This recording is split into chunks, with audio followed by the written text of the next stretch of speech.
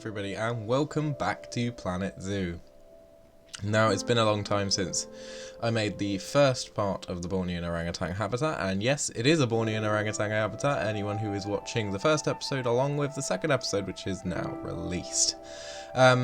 So again, welcome back. We are working on the exterior and interior of the Bornean Orangutan and finishing it off today, just to put it all together and finish up everything that we have done over the last 4 or 5 hours for me, 2 hours for you, I believe. Well, an hour for you, seeing as I sped up the first video quite a bit. So today, again, we are going to be working on the main house of the Bornean Orangutan, which I do believe looks rather nice at the end, and the scenery for the inside of the Bornean Orangutan pit. And so yes, as you'll have seen from this episode, the structure of this episode is a little bit different. That is because if you would have been able to have audio in the last episode, which was a Jurassic World Evolution 2 episode, you will have known that I was talking about the restructuring of my channel. Now, I don't tend to make a habit of this, apart from that I just didn't like the way the channel was. And I know it was a brand new channel, and it's still a brand new channel, but I wanted it to feel more professional in a way. And so we had rigged up a brand new logo, brand new thumbnails, brand new banner for the channel, and altogether it fits more with the theme that I'm going for, and not just a Planet Zoo style channel, as I don't wish to restrict myself to purely Planet Zoo as a game. However, most of the channel will be based with Planet Zoo because it is just such a good game. I will talk about the scene you can see behind you in a minute.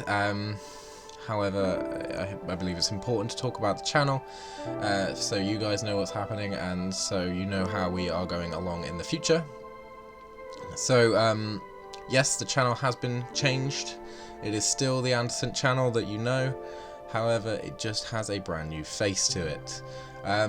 You'll see some new editing styles happening with the videos, so such as this video. Got a brand new intro. I want to trial out using that intro. I want to see how you guys feel about that new intro. Let me know in the comments below if you enjoy it, or if you want anything more particular. I quite like how it's been done. Obviously, we have a new intro. That intro is fairly similar to the old intro, however, it's just a bit more modern, a bit more minimalistic, not so grainy like the last one, and I believe it fits more with the personality of this channel. Now, back to the video at hand. This building was one of the biggest challenges I have faced during my Planet Zoo playing. I've never built in this style before, and you'll know that from both the first episode of this and from my pure beginner's luck skill on making it look somehow half decent. Now, between the first episode and this episode, you will have noticed that some things will have changed, such as the windows being added. However, that is just it. There is nothing else that's been changed, apart from adding the paths inside, of course. And finishing off around the back. If you do see some jumps during this video, such as some cuts or anything, that is because this video has been made over the process of at least 5 days. I've always become interrupted or had something in between filming these videos, in which case I haven't been able to do it in one coherent session, and I apologise for that, and that's why it's taken so long for this video to come out. Obviously, I have my exams coming up. I'm sure you guys understand that I can't release Planet Zoo videos or Jurassic World Evolution 2 videos or any other kinds of games or videos, as they take priority over the gaming industry. But I will release whenever I can.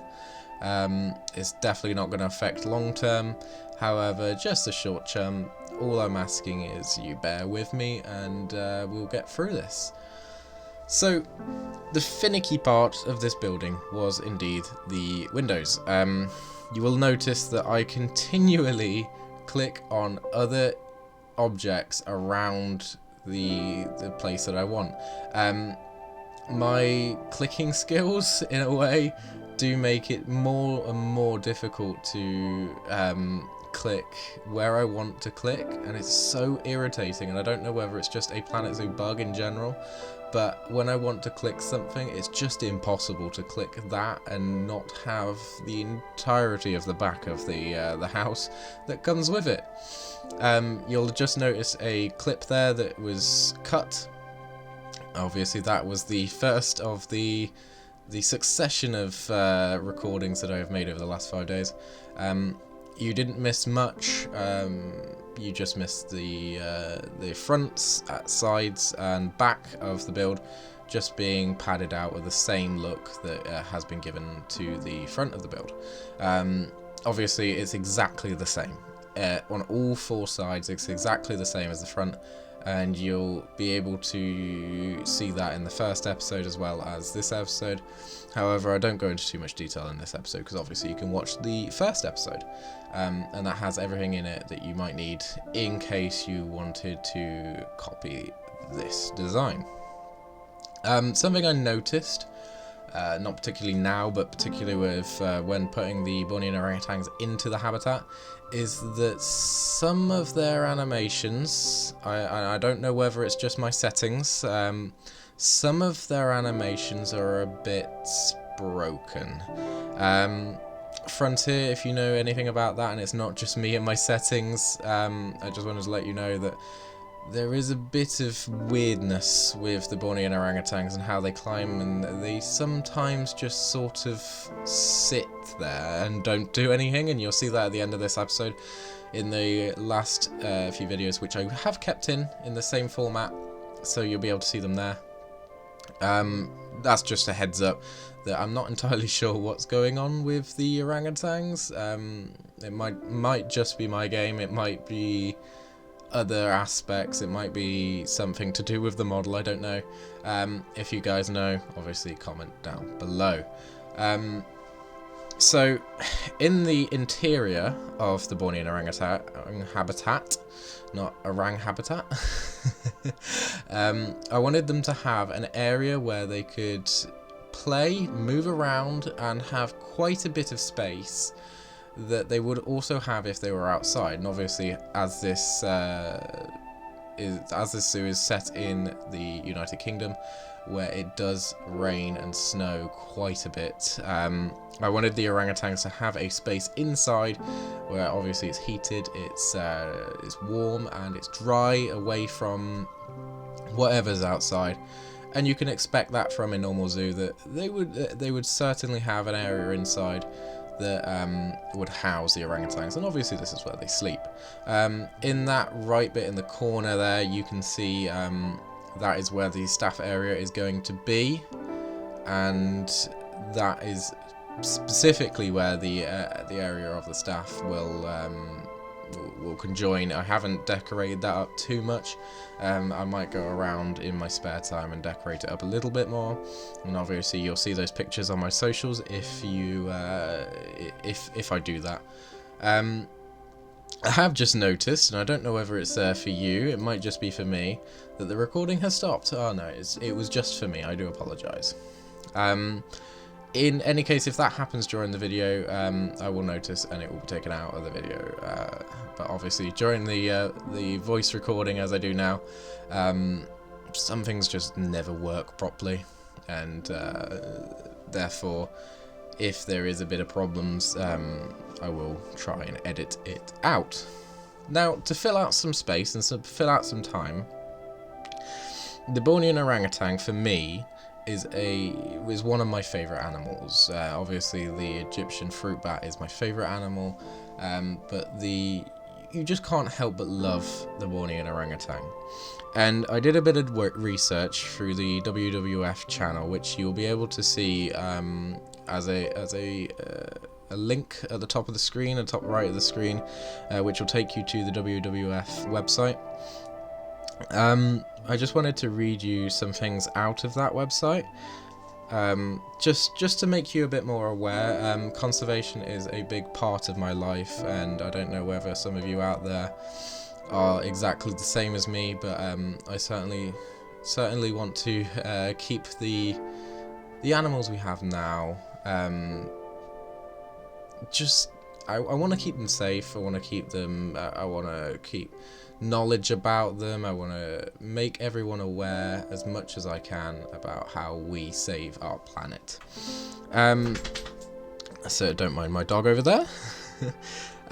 Just some facts, really. The Bornean orangutan is critically endangered, which means that it definitely needs our help as human beings to keep it alive, to keep it safe, to stop it from going extinct, which I know none of us actually want. The population in the wild, however, is only 104,700 individuals, and that is not a lot. If any of you know the WWF count on the snow leopards, you'll know that number is far, far bigger than the snow leopards, and some of you might think, oh, what is there to worry about then? That number is significantly low compared to other animals that we have around the world, and to put it straight, that number needs to increase rather than decrease. None of us want to see the Bornean orangutan go extinct. None of us want to see such a beautiful and such a majestic creature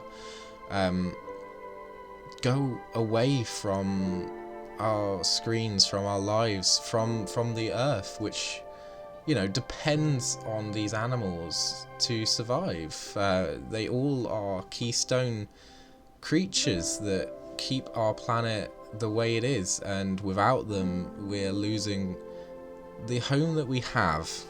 And I'm sure most of you already get bombarded with conservationalist propaganda and conservationalist talks about how we save the environment, but it really does matter. The small does matter in the case of saving our planet.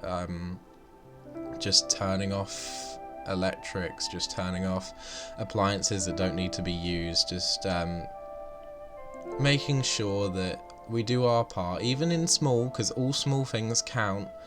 All small things have a very large impact on the world, and when we think about it like that, we can understand that we can actually help. It's not hopeless, it's not, the end is not here. We do still have time to fix our mistakes. The Bornean orangutan obviously lives in lowland rainforests and tropical swampy mountain forests. Usually found in Indonesia, Borneo, that's where it gets its name, Bornean orangutan. And their populations have declined more than 50% over the last 60 years. And that is incredible for a big species, an incredibly intelligent species that otherwise has been around for thousands and thousands of years alongside humankind, and to see it decline by 50%, and 50% is a lot. Again, 104,700. That's all we have now. And just think, if you add 50% to that, so that number was a lot higher. It's still not high, but it was a lot higher than what it was. And it's only going to get worse, is what I'm going to say. Currently, there are not enough plans going ahead. There's not enough structure to save these animals. And there are organisations out there that help wildlife, the WWF, the IUCN, they all help to save the orangutan. And it's really important that we keep up that work. So, a few facts about the Bornean orangutan then.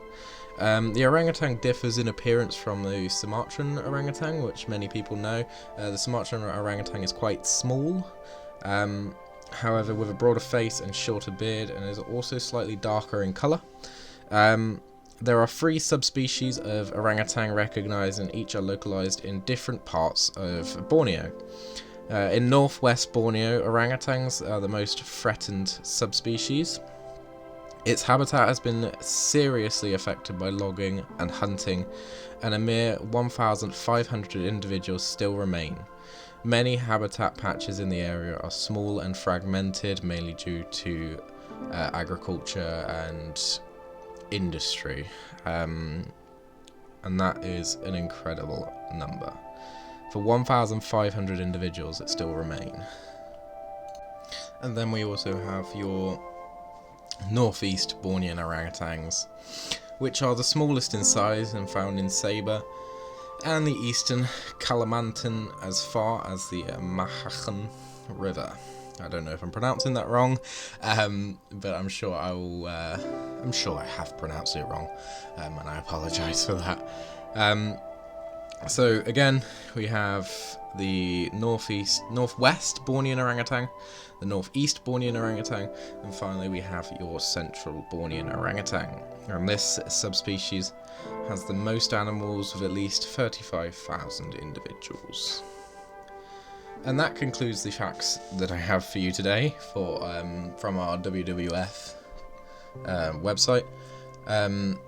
Obviously, you can click that link either in the description or the little tag at the top. I'll find out whichever one is better, and you can see those facts yourself. You can adopt an orangutan, and you can donate to the WWF fund if you so wish. Right, so back to the episode at hand. You can see me now decorating the building. The building certainly needed to be decorated. Having concrete walls that just left bare was not the look that we wanted to go for. So I experimented having different designs on the walls for the house, for the structure, and I decided upon this. And I really enjoy the way it looks. I really enjoy the way it feels in the zoo. It's definitely a centerpiece for the zoo, which stands out from all the rest. Obviously, you can see me dyeing the concrete, which is in fact is in fact concrete, and that has been dyed to the colour of the limestone, which decorates the outside of the build. So you can see me here building the staff area. I decided that the staff area definitely needed some signs on the outside, but it also needed a big grand door where we could have the staff going in from the left hand side, and obviously the visitors area is on the right hand side, and they correlate quite nicely to the build. The front door obviously being that of the orangutans. What you can see me beginning to build here is the orangutan sign. Orangutan in Welsh is purely orangutan, just with a W. I didn't know if this was correct to start with, so I was looking it up. It is correct, and I think it, even though it's an odd number of letters, I still think it works for this design. I'm always amazed at the spellings in Welsh. Some of them are really random, and then we get ones like this, like the orangutan, where it is just purely orangutan, just with a little bit of a Welsh twist. I don't know whether they do that because they like to torment the learners of a new language, or just because it is very confusing. I don't know which one, but I will take it as this is orangutan in Welsh, and this is how it is going to work. Obviously, I wanted to put it on this larger limestone turrety, triangle-y, roofy thing. I'm not entirely sure what its name is. I wanted to put it up there because that is the focus point of the orangutan house. Wherever you look at the orangutan house, either from the main entrance of the Cardiff Zoo right down to right outside of this house, it is the main point of interest that you're going to look at. And obviously I wanted it to fit with the theme of orangutan but still stand out a little bit, so I just wanted to add a little bit of a fur coating, a bit of an orange fur coating to the lettering and to the orangutan image, just to give it that hint of an orangutan and make it feel a bit more tied in with the rest of the video. I'm always unhappy with my lettering placement. I really wish we had a tool that would keep our letters in a line if we asked it to, but unfortunately it doesn't, and we just have to work with what we've got. Right, obviously we have a big problem here. The inside is not decorated, and we don't have a roof, and we are currently 21 minutes in, and you're thinking, where is the build for the orangutan on the outside if it's taken already 21 minutes to fill out the inside of the orangutan habitat? And I'll tell you now, the outside of the orangutan habitat, on the outside bay, took me less than 10 minutes in full. I didn't decorate it up too much because I wanted the orangutans to be able to move around a little bit more, even though their animations are a little bit broken. I just wanted them to be able to move around and not have too much scenery in the way where it would cause movement issues, especially with a big ape like the orangutan, and not like the eastern lowland gorilla, which I'm sure we'll add to the Cardiff Zoo at some point. I don't want this to be a purely ape monkey zoo, but I do want the big animals sort of as main focus, with the little animals pokey around the outside. You can see from your screens that the back of the orangutan house is not finished.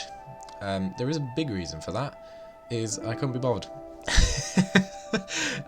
It's taken me 5 days to build this entire habitat, and I was not going to spend another 20 minutes to fill out the back of the habitat. And I know I'm going to do it at some point. I know I have to do it at some point, but that some point doesn't have to happen now. Right, a big jump there. Unfortunately, the recording just wasn't working for that part. Most of the recording was interrupted with my game lagging. Unfortunately, my computer, even though quite beefy, cannot handle a lot of groups that we have right near the Egyptian fruit bat enclosure, and we can thank Sw Caerdydd for that, because I used a lot of Sw Caerdydd's rocks in the Egyptian fruit bat, and I'm probably going to have to go and take as many of them out as I possibly can, with still keeping it looking rather natural. I'm quite the same as it is. Otherwise, all you missed is I did the roof. That is purely it. I didn't do the back, as you know. I didn't do the back. I just did the roof, and that roof is sort of the bricky clay roof, recoloured as a whitey grey to fit with the walls. I'm not happy with the roof as it is. I'll go and have a check to see what I can do out of episode. But for now, the focus is on generating the inside of the orangutan habitat. So what you can see me here doing is just adding the rock placement. So this moat is what you can see in any zoo that has monkeys or large apes, or the great apes, I apologise to say. The moats are always used to keep the animals in and give a little bit of protection to the public who look on from the outside, and I wanted to add that little bit of realism, while also trying my best to hide the annoying terrain which is blocked by the pathing. I have tried to remove the pathing, However, it won't go back into the placement because of my terrain changes that I've made on the inside of the orangutan habitat. So what I do is I go back with temperate rocks, as this is a temperate exhibit, and I just fill it out as if it was a wall. It looks really nice in the end. I really like the look of how it goes, especially with the concrete walls. And it does add a bit of naturality, a bit of realism to the build, and it also hides the mistakes that I've made. And I'm very good at making mistakes. I did have to go back and change some of the rocks that I add into the walls as they clip through the path. But mostly I just wanted to work on the terraining. So you can see me around the rocks, just adding a bit of paint, bit of terrain paint around to fill out the safe spaces, the walkable spaces, and just as a habitat as a whole, just to make it look really pretty and very orangutan-y friendly. So you can hear me. You can start to see me doing these cliffy rock walls that are the temperate rocks, just stacked up or positioned in the right place to make it feel a bit more like it's supposed to be there. I do go around and add a bit of ivy to add a bit of colour to the walls, as they're very dull, very grey, and I don't like having grey, as many of you will begin to understand in this channel. I do not like singular colours. I try my best to stop singular colours, as you can see with the build. I didn't use just purely limestone, I used limestone concrete and coloured concrete to add all the different shades, different colours, different shadows to the build. And then I added these wooden arboreal climbing frames that are Planet Zoo climbing frames. These were added because I know orangutans like to climb, and they just sort of fit with the style that I want to go for, and adds a bit of colour again.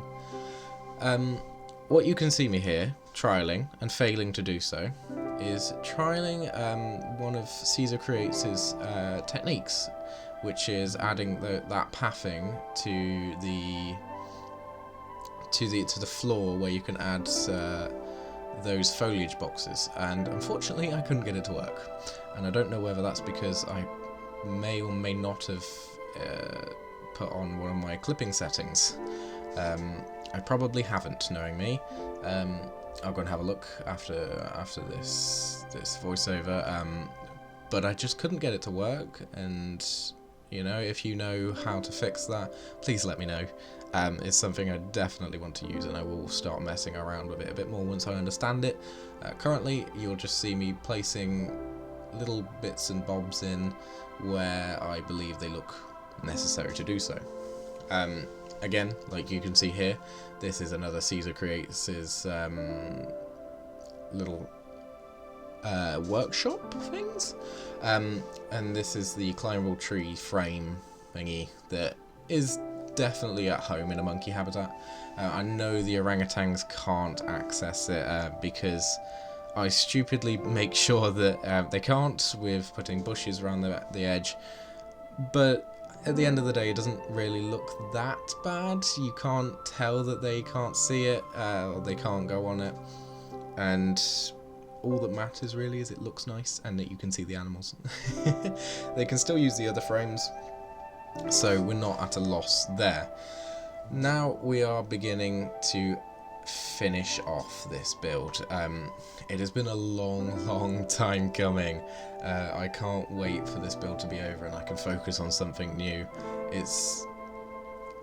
Foliage for me is definitely the end of a video, and I like to save it till last because you can go crazy and you can go mad with it, and I don't like to go mad with it because that's what happens in the Egyptian fruit bat episode, and we just have lag issues. It's particularly why I didn't go too mad on this. I might go ahead and add some grasses to the bottom. It just looks a bit bare, but I believe it looks quite nice the way it is, sort of a bit bushy. And I will go ahead and add those flower beds around the outside of the orangutan habitat, which currently are only mulch beds. They will get flowers on it at some point, I promise. Maybe in the next episode. Obviously you won't get to see it because it is just placing lots and lots and lots and lots and lots and lots of flowers, and I know that I've already created an episode like that. If you want to watch that, it's the Egyptian fruit bats episode. Otherwise, they'll get placed out of episode and you get to witness it there. You can see me here starting to put all the finishing details into the habitat, moving the rocks that otherwise poke through the floor, as I mentioned before, and beginning on that ivy. Now, I absolutely love ivy. When you want to make a build pop, when you want to add a bit of colour to the build, you can always add ivy. Ivy will fit into any build that you create, even if it's modern, even if it's a modern build that is brand new. Ivy will fit into it. It's the magic of ivy that it will grow anywhere, and it looks good wherever it is put. Obviously, if you do it right, it will look good. Here I just add it in 3 different places, I believe. I don't add 4 different places. I think that would overdo it a bit. I add it in 3 different places where the ivy definitely needs to be. Just to add a little bit of colour, a little bit of a splash of naturality, a splash of, this is an old zoo, and it's been here a long time, and you can expect that the orangutans were probably one of the first things that went into this zoo, being the biggest building on the site and the largest and oldest building on the site as well. I believe when finishing this video, I sort of lost track of what I was going to do towards the end. However, I knew I wanted to work on the staff area, and the staff area is quite important when it comes to being able to put the animals into the enclosure and take them out, and I wanted to add a little bit of realism with that. So in most orangutan enclosures that you can see on Google or when you go to a zoo, all of them will have a staff area where there are boxes for those orangutans to go in when they need to have medical treatment, when they need to be seen by the doctor, when they need to have a little bit of time away from the rest of the pack, shall we say. And that is what we create in this corner. There will be 2 small boxes that will house the orangutans, and they will just sit right at the back there, and also cover up the clipping of the overhang fences and the concrete that sticks through on the side there, which you can see. And this is what we're starting now. So you can see it is quite small area in regards to everything in the staff area is quite large. However, it does look quite nice in the end. It will have a slidey door in the middle. That slidey door is obviously fake, it will not work. However, it is intended for its use of a slidey door, which will obviously lock the orangutans in. The only thing I didn't add was one on the inner side that leads to the orangutan inner centre of the building. However, we will just pretend it's there. We would just pretend it's there and pretend like I remembered to put that in. By the next video, it will be in, or it should be in, depending on how busy I get and depending on how many things come up in the meantime. And here you can see that build that we're doing there, that slidey door going in. As you probably already know, the little bits that clip through the ceiling that you might think that you can see, you can't. I add a floored ceiling just above where this is, all the way around the building, and then black out the windows above with black plaster, which you can see on the left hand side of this video, which from the outside looks like it's just a closed window. From the inside it looks like a wall, and that's intended for its purpose. It's intended that you can't see through it, and it's okay not to be able to see through it. There you can see where that slidey door would go. It would go in that little gap at the bottom and would separate whatever animal, whatever orangutan would go between them. And obviously I wanted to get rid of those clippy bits, so I just reduce the size of the habitat boxes by just adding those plaster walls, the concrete walls, sorry, not plaster, to the back, and then duplicating those until they look like they belong there. I still have a few problems with making it look necessarily what they're supposed to look like, and you'll see in the end sort of clips, which are quickly coming up, you'll see in the corner just how they look. So to finish off then, this has been the Bornean Orangutan habitat, and I'm so glad it is finished now. I really hope you've enjoyed. I really hope you enjoyed the little WWF facts. I don't know whether I'm going to continue that. I just saw Sw Caerdydd do it and other YouTubers, and I thought I might join in. I hope you've enjoyed. I hope you enjoy the new logo, and enjoy the rest of this video. Enjoy the rest of your week, and I will see you in the next one. So thank you very much, and see you soon.